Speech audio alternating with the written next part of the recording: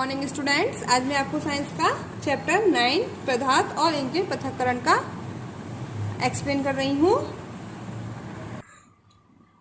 शुद्ध पदार्थ तथा मिश्रण। वह पदार्थ जो एक ही प्रकार के परमाणु अणुओं से मिलकर बने होते हैं शुद्ध पदार्थ कहलाते हैं। जैसे लोहा, सोना, चांदी, हाइड्रोजन, ऑक्सीजन आदि शुद्ध पदार्थ हैं। इनके अपने निश्चित गुण होते हैं और जब किसी शुद्ध पदार्थ में अन्य पदार्थ मिलाए जाते हैं तो ये मिश्रण कहलाता है। या फिर जिनमें दो या दो से अधिक पदार्थ किसी भी अनुपात में मिले हुए हो तो वह क्या कहलाएगा? मिश्रण। ठीक है। मिश्रण दो प्रकार के होते हैं, विषमांगी मिश्रण और समांगी मिश्रण। विषमांगी मिश्रण ऐसा मिश्रण जिसमें उनके अवयवी पदार्थों को अलग अलग देखा जा सकता है, विषमांगी मिश्रण कहलाता है। जैसे बालू व लोहे का छीलन का मिश्रण, दाल और चावल का मिश्रण। अपने विषमांगी मिश्रण के अवयवी पदार्थों के कण बड़े तथा अलग अलग रंग और आकृति होने के कारण आसानी से पहचाने जा सकते हैं। जैसे दाल और चावल, तो इनका रंग भी अलग हो गया और आकार भी अलग अलग हो गया, तो इनको हम अलग अलग कर सकते हैं। समांगी मिश्रण ऐसा मिश्रण जिसमें दो या दो से अधिक अवयव उपस्थित रहते हैं किंतु उन्हें अलग अलग देखा नहीं जा सकता, समांगी मिश्रण कहलाता है। जल और चीनी का घोल, वायु आदि। जैसे हम जल में चीनी को घोलते हैं तो क्या हम जल में से चीनी को अलग अलग कर सकते हैं? नहीं कर सकते, तो वो क्या कहलाएगा? समांगी मिश्रण कहलाएगा। पृथक्करण तथा इसकी आवश्यकता। किसी पदार्थ का उपयोग करने से पहले उसमें मिश्रित हानिकारक और अनुपयोगी पदार्थों को पृथक करने की आवश्यकता होती है। जैसे हम दाल बनाते हैं तो दाल को बनाने से पहले क्या करते हैं, उसमें से हम उसको साफ करते हैं, उसमें जो कंकड़ होती है उसको हम निकाल देते हैं। अगर हम ऐसा नहीं करेंगे तो क्या होगा? कंकड़ हमारे पेट में चली जाएगी और हमारे पेट में दर्द करेगी और हमें नुकसान देगी। इसलिए हमें क्या पृथक्करण की आवश्यकता होती है। पृथक्करण की विधियाँ। पृथक्करण की कई विधियाँ हैं। नंबर 1, चालन और छालना। यह विधि तब प्रयोग में लाई जाती है जब इस मिश्रण के अवयव बहुत छोटे आकार के होते हैं। ठीक है। जैसे बड़े चालन से मोटी बालू तथा महीन बालू छनकर अलग हो जाते हैं, कंकड़ पत्थर चालन में ही रह जाते हैं, तो यह विधि चालन कहलाती है। नंबर 2, बीनना। यह विधि तब प्रयोग में लाई जाती है जब मिश्रण के घटक अलग अलग आकार तथा अलग अलग रंग के होते हैं।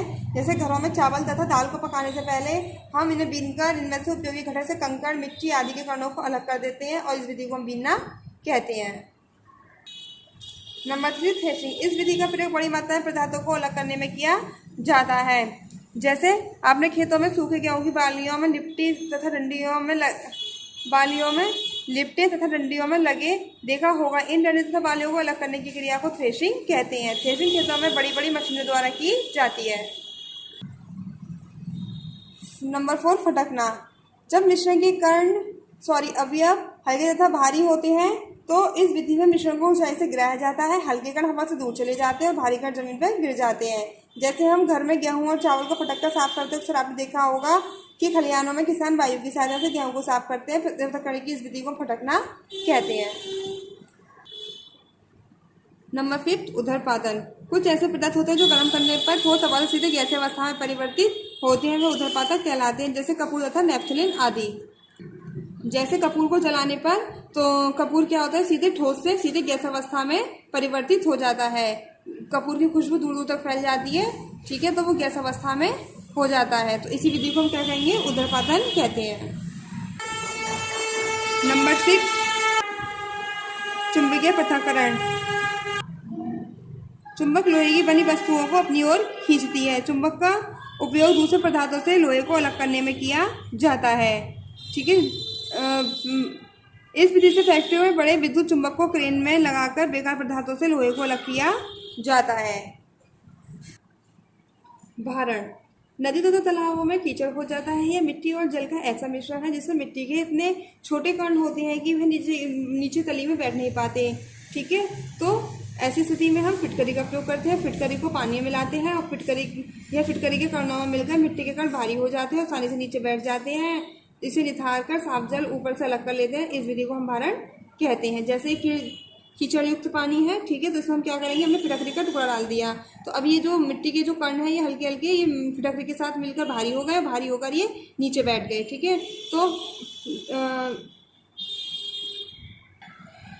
साफ जल ऊपर रह जाता है, मिट्टी के कण नीचे बैठ जाते, तो ये क्रिया क्या कहलाएगी? भारण। नंबर 8, तलछटीकरण और नितारना। आपने देखा होगा कि जैसे हम पानी भरते हैं तो कभी कभी मिट्टी वाला पानी या पानी के साथ मिट्टी आती है, तो हम क्या करते हैं? पानी को भरकर थोड़ी देर के लिए छोड़ देते हैं, तो मिट्टी नीचे बैठ जाती है, साफ पानी ऊपर आ जाता है। ठीक है, तो इस क्रिया को हम क्या कहते हैं, तलछटीकरण कहते हैं। और साफ पानी को दूसरे पात्र में अलग करने की क्रिया को हम निथारना कहते हैं। नंबर 9, छानना। इस विधि का प्रयोग द्रव में से अघुलनशील पदार्थों को अलग करने के लिए किया जाता है। नंबर 10, वाष्पन। घुलनशील ठोस पदार्थों को द्रव से अलग करने के लिए हम वाष्पन विधि का प्रयोग करते हैं। जैसे हम किसी बर्तन में जल और थोड़ा सा नमक का घोल लेते हैं और इस पानी को हम कुछ समय के लिए गर्म करते हैं, तो बर्तन का सारा पानी तो जल वाष्प बनकर उड़ जाएगा और बर्तन में नमक शेष रह जाएगा। तो इस विधि को हम क्या कहेंगे, वाष्पन। नंबर 11, आसवन। इस विधि का प्रयोग द्रव कोश की घुलनशील अशुद्धियों को अलग करने के लिए किया जाता है। इस विधि से नैनो क्वांतांक वाले दो द्रवों के मिश्रण को भी अलग किया जा सकता है।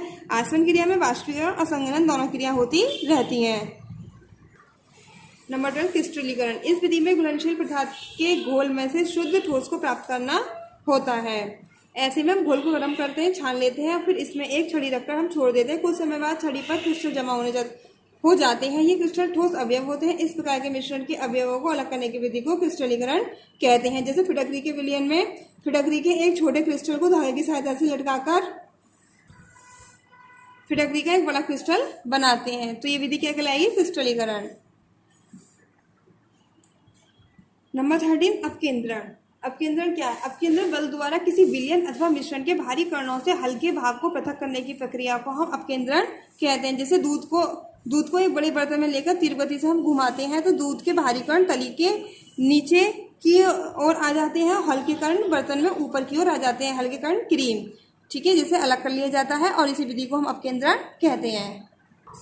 इस चैप्टर को आप स्वयं रीड करेंगे, आपको चैप्टर अच्छे से समझ में आएगा। Thank you.